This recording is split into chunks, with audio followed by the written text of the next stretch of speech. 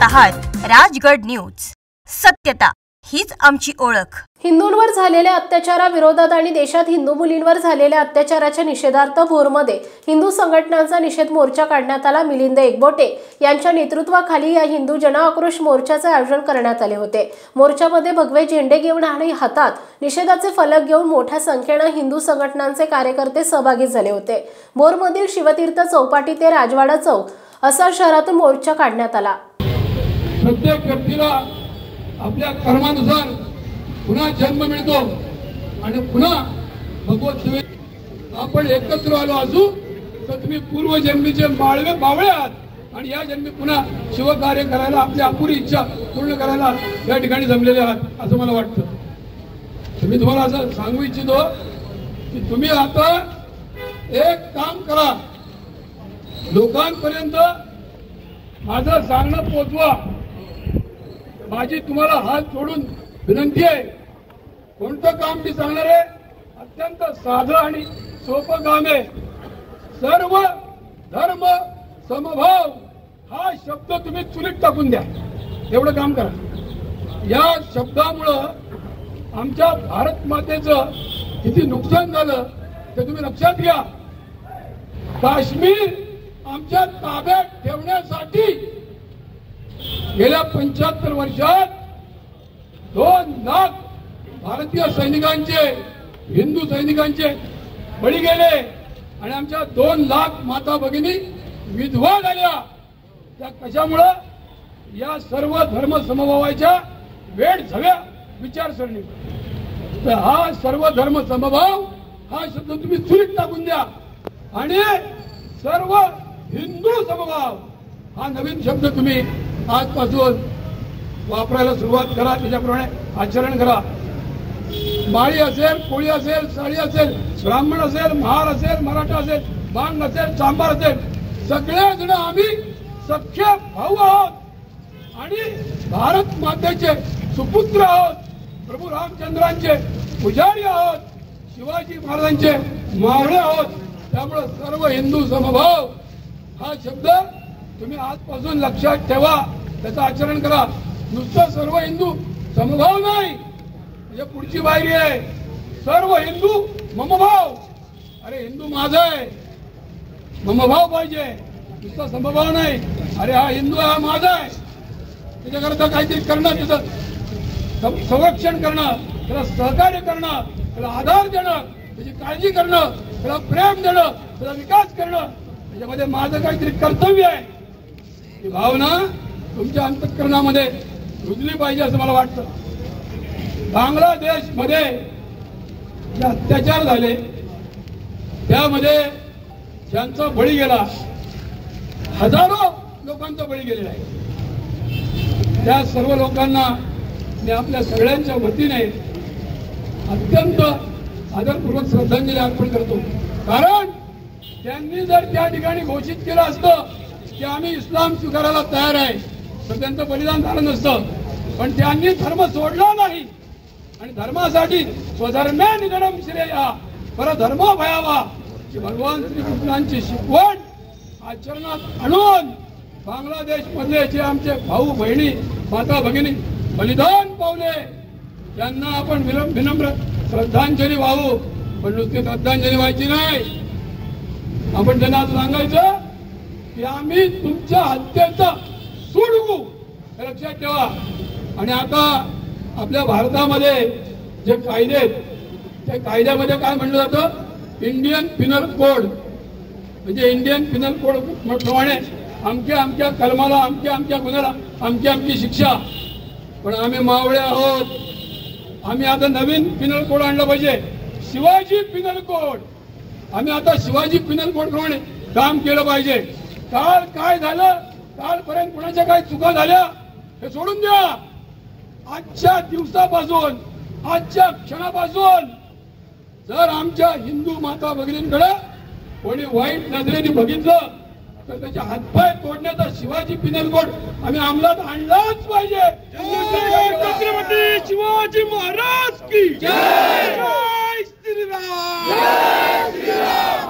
मित्रांनो, आज बांगलादेश मध्ये आमच्यावर अत्याचार होत आहेत, एवढंच नाही, भारतामध्ये काय चाललेलं आहे? भारतामध्ये आज कोट्यावधी बांगलादेशी घुसखोर इथं नांदतायत. प्रत्येक बेकरीतला प्रत्येक कामगार हा बांगलादेशी घुसखोर आहे. या महाराष्ट्रामध्ये आजच्या घडीला 80 लाख बांगलादेशी घुसखोर आहेत. हिंदुस्थानमध्ये हिंदूंच्या लोकसंख्येच्या प्रमाणावरून प्रत्येक प्रांताला एक क्रमांक दिलेला आहे. 10 वर्षांपूर्वी महाराष्ट्र हिंदुस्थानमध्ये हिंदूंच्या लोकसंख्येच्या प्रमाणाप्रमाणे 11व्या क्रमांकावर होता. परंतु आज लक्षात ठेवा, तुम्हाला ऐकल्यानंतर धक्का बसणार आहे. महाराष्ट्र हिंदुस्थानमध्ये लोकसंख्येच्या प्रमाणात 21व्या नंबरवर गेलेला आहे. इथे हिंदूंची लोकसंख्या कमी झालेली आहे, मुसलमानांची लोकसंख्या वाढलेली आहे. आणि या देशामध्ये कायदा आहे, घुसखोरांना या देशामध्ये जगण्याचा अधिकार नाही. या कायद्याचा आधार आपण घेऊ शकतो. आणि जो एनआरसी सरकारने लागू केला नाही, तो एनआरसी आपण लागू करू शकतो. बांगलादेशी घुसखोर शोधून काढले पाहिजेत. शोधून काढून सरकारला कळवलं पाहिजे. आणि सरकारने कार्य केलं नाही, स्वतःला पोलीस समजून त्यांना फरफटत आणून पोलीस स्टेशनमध्ये भरती केलं पाहिजे. तिथून ते परत येऊ शकणार नाही. महाराष्ट्रामध्ये बांगलादेशी घुसखोरांचा जो लोकसंख्येतला टक्का आहे, तो संपूर्णपणे नामशेष करण्याचं काम आम्ही कायद्याच्या मार्गाने सुद्धा, शांततेच्या संरक्षण मार्गाने सुद्धा करू शकतो. हे लक्षात ठेवा. आणि हा सुद्धा आमच्या बांगलादेशातल्या बंधू भगिनींच्या हत्येचा बदला आणि सूड असू शकतो. मित्रांनो, बोर्डाकडं किती जमीन आहे? बोर्डाकडं जवळजवळ 1 लाख एकर जमीन आहे. परंतु बांगलादेशी घुसखोरांकडं 6 लाख एकर जमीन आहे. या ठिकाणी आंदोलन चालू आहे मराठा आरक्षणाचं. पण मराठा आरक्षण दिलं तर 2.5 लाख लोकांना नोकऱ्या मिळू शकतात. पण बांगलादेशी घुसखोर जर घुसखोर काढले, त्यांना बेरोजगार करून टाकलं, त्यांना त्याच्या देशात पाठवून दिलं, त्या अरबी समुद्रात सोडून दिलं, तर या देशातल्या 10 लाख लोकांना नोकऱ्या मिळू शकतात. म्हणजे हे आंदोलन किती महत्वाचं आहे हे तुम्ही लक्षात घ्या. समान नागरी कायदा या देशात होणं किती महत्वाचं आहे हे लक्षात घ्या. या बांगलादेशला जन्म दिला भारताने. 1971 साली पंतप्रधान इंदिरा गांधी असताना त्यांनी सर्व प्रकारची लष्करी मदत देऊन पाकिस्तानच्या 90,000 सैनिकांना युद्ध कैदी म्हणून या ठिकाणी त्यांनी एक तुरुंगात ठेवलं होतं. परंतु ज्या पद्धतीने शत्रूशी दमन नीतीने वागायला पाहिजे तसे त्यावेळी राज्यकर्ते वागले नाहीत. पण बांगलादेशला आम्ही स्वतंत्र केलं पाकिस्तानच्या अत्याचारापासून. आणि तोच बांगलादेश पुन्हा आमच्यावर उठलेला आहे. म्हणजे याला उपकाराची जाणीव नाही. पूर्वीच्या काळामध्ये शिवाजी महाराजांच्या काळात एक गोष्ट घडली होती. प्रतापराव गुजर होते आमचे. त्यांच्यापुढे युद्धाला कोणताही दुश्मन टिकत नव्हता. त्यांनी बहलोल खानाला अनेक वेळेला हरवलं होतं. शिवाजी महाराजांचं म्हणणं होतं, साप हिरवा असेल तर तो ठेचलाच पाहिजे. परंतु प्रतापराव गुजरांनी दयाबुद्धीने बहलोल खान रूपी हिरव्या सापाला सोडून दिलं. शिवाजी महाराज नाराज झाले, संतप्त झाले. आणि त्यानंतर त्यांनी प्रतापरावांना प्रश्न विचारला, का म्हणून तुम्ही बहलोल खानाला जिवंत सोडलं? त्यानंतर परिस्थिती अशी झाली की प्रतापराव गुजरांचं सगळं सैन्य घरी निघून गेलं होतं. पण महाराजांनी रागवल्यानंतर संतापाच्या भारात फक्त 7 लोक प्रतापराव गुजरांच्या बरोबर असलेले, तुम्हाला माहिती आहे ती कविता, वेळात दौडलेले वीर मराठे साथ, त्या 7 लोक गेले आणि त्यांनी बहलोल खानावर हल्ला करण्याचा प्रयत्न केला. त्यावेळेला बहलोल खानाला असं वाटलं नाही की अरे या प्रतापराव गुजरांनी मला अनेक वेळेला जीवदान केलेलं आहे, त्यामुळे ह्याच्याशी मी लढाई करायला नको. त्या बहलोल खानाने हरामखोरांनी प्रतापराव गुजरांवर हल्ला करून त्यांना मारून टाकलेला आहे. म्हणजे जे भलोरखानाने केलं तेच नीच कृत्य आज बांगलादेशने केलेलं आहे. आणि मित्रांनो, मला असं म्हणायचं आहे, हिंदुस्थानमध्ये अशी इच्छाशक्ती का निर्माण झाली नाही की त्यांनी ज्या दिवशी हिंदूंवरच्या अत्याचाराच्या आक्रमणाच्या बातम्या ऐकल्या दुसऱ्या दिवशी आमची मिलिटरी घुसवायला पाहिजे होती आणि बांगलादेशमधल्या त्या जो सेनापती सैन्याचा प्रमुख आहे सेनापती त्यालाच कैदेत टाकायला पाहिजे होतं. सगळं आंदोलन संपलं असतं, सगळे हिंदूंवरचे अत्याचार थांबले असते. जर अमेरिका इस्रायलला सगळ्या प्रकारची मदत करते तर हिंदुस्थान बांग्लादेशमधल्या हिंदूंना का मदत करू शकला नाही? ये सब पॉलिटिक्स का खेल है. इधर क्या चलता है? डिमांड और सप्लाई. जनता की जो डिमांड रहेगी वो उसको सप्लाई गवर्नमेंट करेंगे. जनता की यदि उस टाइम पे डिमांड रहती थी कि चलो घुसो बांग्लादेश में, आमच्या सरकारला घुसावंच लागलं असतं आणि त्यानंतर बांगलादेशमधल्या हिंदूंना अभय मिळालं असतं. पण कुठेतरी आम्ही कमी पडलेलो आहोत याची जाणीव ठेवली पाहिजे. आणि पुढच्या काळात या बांगलादेशी घुसखोरांना घराघरातनं गल्ली गल्लीतनं बाहेर काढून घुसखोर मुक्त महाराष्ट्र आम्ही बनवलाच पाहिजे हे तुम्हाला या प्रसंगी मी सांगू इच्छितो. मित्रांनो, बांगलादेशी घुसखोर जर आम्ही बाहेर काढले नाहीत तर लोकसंख्येच्या प्रमाणाचा अभ्यास करणारे जे तज्ञ आहेत ते असं म्हणतात की 10 वर्षांनी महाराष्ट्रामध्ये एकही मराठी माणूस निवडणुकीमध्ये जिंकू शकणार नाही. तुम्ही आता जर जागे झालात तर तुमच्या घरातल्या लहान मुलांचं भवितव्य तुम्ही सुरक्षित करू शकाल. नाहीतर जे बांगलादेशमधल्या हिंदूंचे आज हाल होत आहेत ते 10-15 वर्षांनी तुमच्या नशिबाशिवाय राहणार नाहीत. म्हणून मित्रांनो, जमेल तिथं शिवाजी पिनल कोडचा वापर करा आणि जमेल तिथं जनता एनआरसी, आम्ही जनतेनेच आता एनआरसीचा अवलंब केला पाहिजे. म्हणजे जो सिटीजन नाहीये भारताचा त्याला भारतातनं काढून टाकायचा. दुसरा मुद्दा लव्ह जिहादचा. या लव्ह जिहादमध्ये एवढे मोर्चे झाले, एवढी आंदोलनं झाली, तरी सुद्धा आमच्या सरकारने महाराष्ट्रामध्ये लव्ह जिहादवर कायदा केला नाही. आमच्या सरकारने, आमच्या विचारसरणीच्या सरकारने लव्ह जिहादवर कायदा केला नाही. ही किती लाजिरवाणी गोष्ट आहे. आमचं कर्तव्य काय आहे? आमचं कर्तव्य पुन्हा तेच आहे की आज जर कुठल्या स्त्रीच्या बाबतीत असं घडत असेल तर ते हाणून पाडलं पाहिजे. मी पुण्यातल्या पोलिसांचे आभार मानतो आणि भोरच्या पोलिसांना सांगू इच्छितो की जवळजवळ 63 मुली लव्ह जिहादच्या सापळ्यामध्ये अडकलेल्या असताना आमच्या पुण्यातल्या पोलीस अधिकाऱ्यांच्या सकारात्मक भूमिकेमुळे ते शिवाजी महाराजांचे मावळे म्हणून सकारात्मक भूमिकेमुळे त्या मुली सुरक्षित घरी गेल्या आणि त्यांचे विवाह सुद्धा संपन्न होऊ शकले.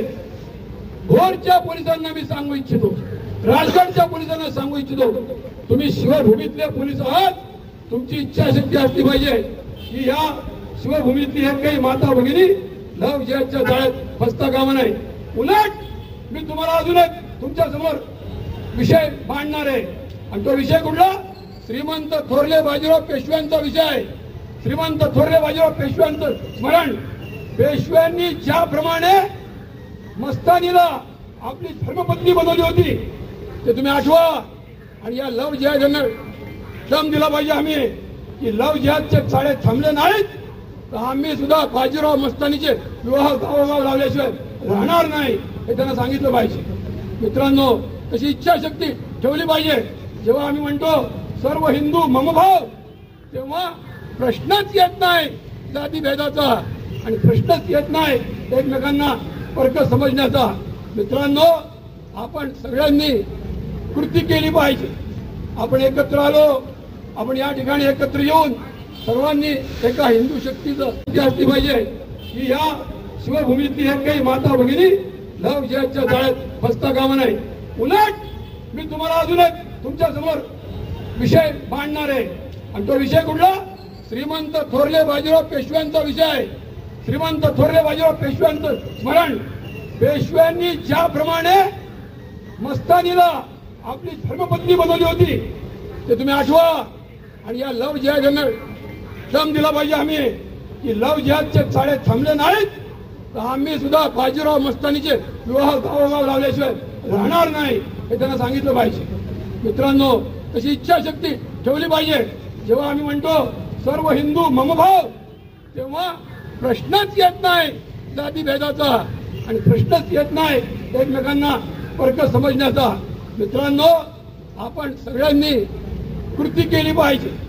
आपण एकत्र आलो, आपण या ठिकाणी एकत्र येऊन सर्वांनी एका हिंदू शक्तीचं दर्शन घडवलं, समाजामध्ये जागृती करण्याचा एक प्रयत्न केला. परंतु सगळ्यात महत्वाचं आहे ते कृती करणं. आणि प्रत्येकाने रात्री झोपताना शिवाजी महाराजांच्या फोटोसमोर उभं राहावं आणि सांगावं की आज या देशामध्ये हिंदूंच्या रक्षणासाठी मी काय केलं सांगा बरोबर. संभाजी महाराजांनी शिवाजी महाराजांना एक पदवी दिलेली आहे आणि एका संस्कृत पत्रामध्ये ती पदवी आहे आणि ते पत्र जे आहे ना ते पुण्यामध्ये SP कॉलेजमध्ये आहे. बाकरे शास्त्रींना संभाजी महाराजांनी दानपत्र दिलं होतं. त्यात काय म्हणतात संभाजी महाराज आपल्या वडिलांविषयी? ते म्हणतात माझे वडील म्लेच्छस्य दीक्षित होते. संभाजी महाराज म्हणतात माझ्या वडिलांनी मुसलमानांच्या नाशाची दीक्षा घेतली होती. तर हे संभाजी महाराजांचं म्हणणं असेल तर ते 100% खरं आहे. आणि मित्रांनो, तुम्ही सुद्धा म्लेच्छस्य दीक्षित व्हायला पाहिजे आणि रोज रात्री शिवाजी महाराजांना सांगितलं पाहिजे की म्लेच्छस्य दीक्षित म्हणून मी आज कोणतं काम केलं. सगळ्यात महत्वाचा विषय, सगळ्यात छोटा विषय, सगळ्यात साधा विषय, हिंदूंकडनंच आर्थिक व्यवहार करायचा. हिंदूंचा पैसा हिंदूंच्या खिशातच गेला पाहिजे. हिंदूंचा पैसा हिंदूंच्या खिशात जायला लागला तर जे हिंदू धर्माचा द्वेष करतात ते उपाशी मिळाल्याशिवाय राहणार नाहीत आणि तुम्हाला म्लेच्छस्य दीक्षित ही पदवी मिळाल्याशिवाय राहणार नाही. म्हणून तुम्हाला सगळ्यांना माझी कळकळीची आग्रहाची विनंती आहे की हिंदूंचा पैसा हिंदूंच्याच खिशात जाईल असा आर्थिक व्यवहार करणं या गोष्टीचा प्रचार भोर तालुक्यातल्या वेल्हा तालुक्यातल्या प्रत्येक घरापर्यंत आला पाहिजे आणि त्याचं आचरण पण घडलं पाहिजे. जर तुम्ही हिंदूंच्या खिशातले पैसे अन्य लोकांकडे वळवले तर ती पाकिस्तानची भरती होईल. आज या ठिकाणी अजून एक शेवटचा मुद्दा सांगून मी थांबतो. परंतु सगळ्यात गंभीर मुद्दा हा कोणता मुद्दा आहे की आमच्या छोट्या छोट्या चिमुरड्या मुलींवर बलात्कार झाले. पण हे बलात्कार का झाले याच्या मुळाशी शोध घ्या. ज्या वेळेला आमची गोमाता कापली गेली तेव्हा हिंदूंचा पहिला पराभव झाला. जर गोमातेच्या रक्षणासाठी हिंदूंनी अटीतटीची लढाई केली असती तर गाय वाचली असती आणि माईकडे कोणी पाहिलंच नसतं. पण आम्ही तिथं फेल गेलो, आम्ही गाय वाचवण्यात फेल गेलो म्हणून पुढचे पराभव, पुढचे अन्याय आणि अत्याचार आमच्या माता भगिनींच्या पदरी आले. मित्रांनो, हिंदू धर्माची शिकवण किती पवित्र आहे. हिंदू धर्मामध्ये कन्याकुमारीचं पूजन सांगितलं. 1 वर्षाच्या मुलीपासून 9 वर्षाच्या मुलीपर्यंत प्रत्येक मुलीची पूजा केली पाहिजे. कालीचरण महाराज केवढा मोठा जगतविख्यात संत आहे, पण जर लहान मुलगी दिसली तर तो महाराज स्वतःची प्रतिष्ठा विसरून त्या मुलीच्या पायावर डोकं ठेवतो. शास्त्रात असं सांगितलेलं आहे की धार्मिक प्रसंगी, धार्मिक कार्याच्या प्रसंगी जर एका सुवासिनीची पूजा केली तर जेवढं पुण्य मिळेल त्याच्या 9 पट पुण्य एका कुमारिकेची पूजा केली तर मिळेल. मग जर आम्ही कुमारिकेची पूजाच विसरलो मग कुमारिकावर अत्याचारापर्यंत घोडदौड आमच्या दुश्मनांचे होणारच. म्हणून मित्रांनो, आमचा धर्म जो आहे, आमच्या धर्मामधलं जे रहस्य आहे, आमच्या धर्मामधलं जे महत्व आहे ते आम्ही लक्षात घेतलं पाहिजे. हिंदू धर्म जगामध्ये सर्वश्रेष्ठ आहे. हिंदू म्हणतात की सर्वे सुखी संतू, सर्वांना सुख मिळू दे. पण ते काय म्हणतात? ते म्हणतात जो आमच्या देवाला मानेल त्यांना सुख मिळू दे. त्यांचा आमचा संबंधच होऊ शकत नाही, त्यांची आमची तुलनाच होऊ शकत नाही.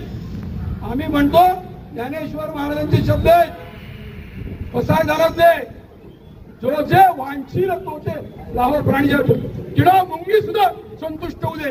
ही हिंदू धर्माची विचारसरणी आहे. पण त्यांची विचारसरणी आणि आमची विचारसरणी जमीन आसमानाचा फरक असताना सर्व धर्म समभाव हा शब्द कोणत्या नालायक माणसाने आमच्या माथी मारला त्या नालायक माणसाला पहिल्यांदा हद्दपार करा आपल्या डोक्यात. मित्रांनो, आपण या ठिकाणी बांगलादेश मधल्या हिंदूंच्या विषयी त्यांच्यावर अत्याचार झाले, त्यांच्याविषयी दुःख करण्यासाठी जमलेलो. त्यांची मंदिरं तोडली, त्यांचे बळी गेले, लहान मुलांच्या समोर मोठी माणसं कापली गेली आणि मोठ्या माणसांच्या समोर 5-5 महिन्याची मुलं सुद्धा बळी पडली. हे सगळे अत्याचार ज्या विचारसरणीने केले ती विचारसरणी मानवता विरोधी आहे. ती विचारसरणी जेव्हा संपेल तेव्हाच जगामध्ये मानवता प्रस्थापित होईल. आणि जगामध्ये मानवता प्रस्थापित व्हायची असेल तर हिंदूंनी आपल्या दोन्ही मुठी आवळल्या पाहिजे. हिंदूंमध्ये प्रचंड अशी एकी निर्माण झाली पाहिजे. कोणी कोणाला नावं ठेवायची नाहीत, कोणी कोणाचा द्वेष करायचा नाही, कोणी कोणाची स्पर्धा करायची नाही. भगव्या झेंड्याकडे पाहून आपण आपलं कार्य केलं पाहिजे. कुठल्याही संघटनेचं तुलना करायची नाही. मला या भोरमधल्या लोकांना धन्यवाद द्यायचे. हे भोरमधले लोक हिंदुत्वासाठी काम करणाऱ्या प्रत्येक व्यक्तीला अत्यंत आदराची भावनेने वागवतात. ही विचारसरणी त्यांची फार उत्तम आहे. याबद्दल मी त्यांचं अभिनंदन करतो. आणि आपण सगळ्यांनी छत्रपती शिवाजी महाराजांचे मावळे म्हणून आपलं जीवन जगलं पाहिजे आणि शिवाजी महाराजांना स्वर्गात सुद्धा आनंद मिळेल असं आपलं कार्य केलं पाहिजे. एवढंच मी आपल्या संगे सांगू इच्छितो. धन्यवाद. जय श्रीराम, जय शिवराय, छत्रपती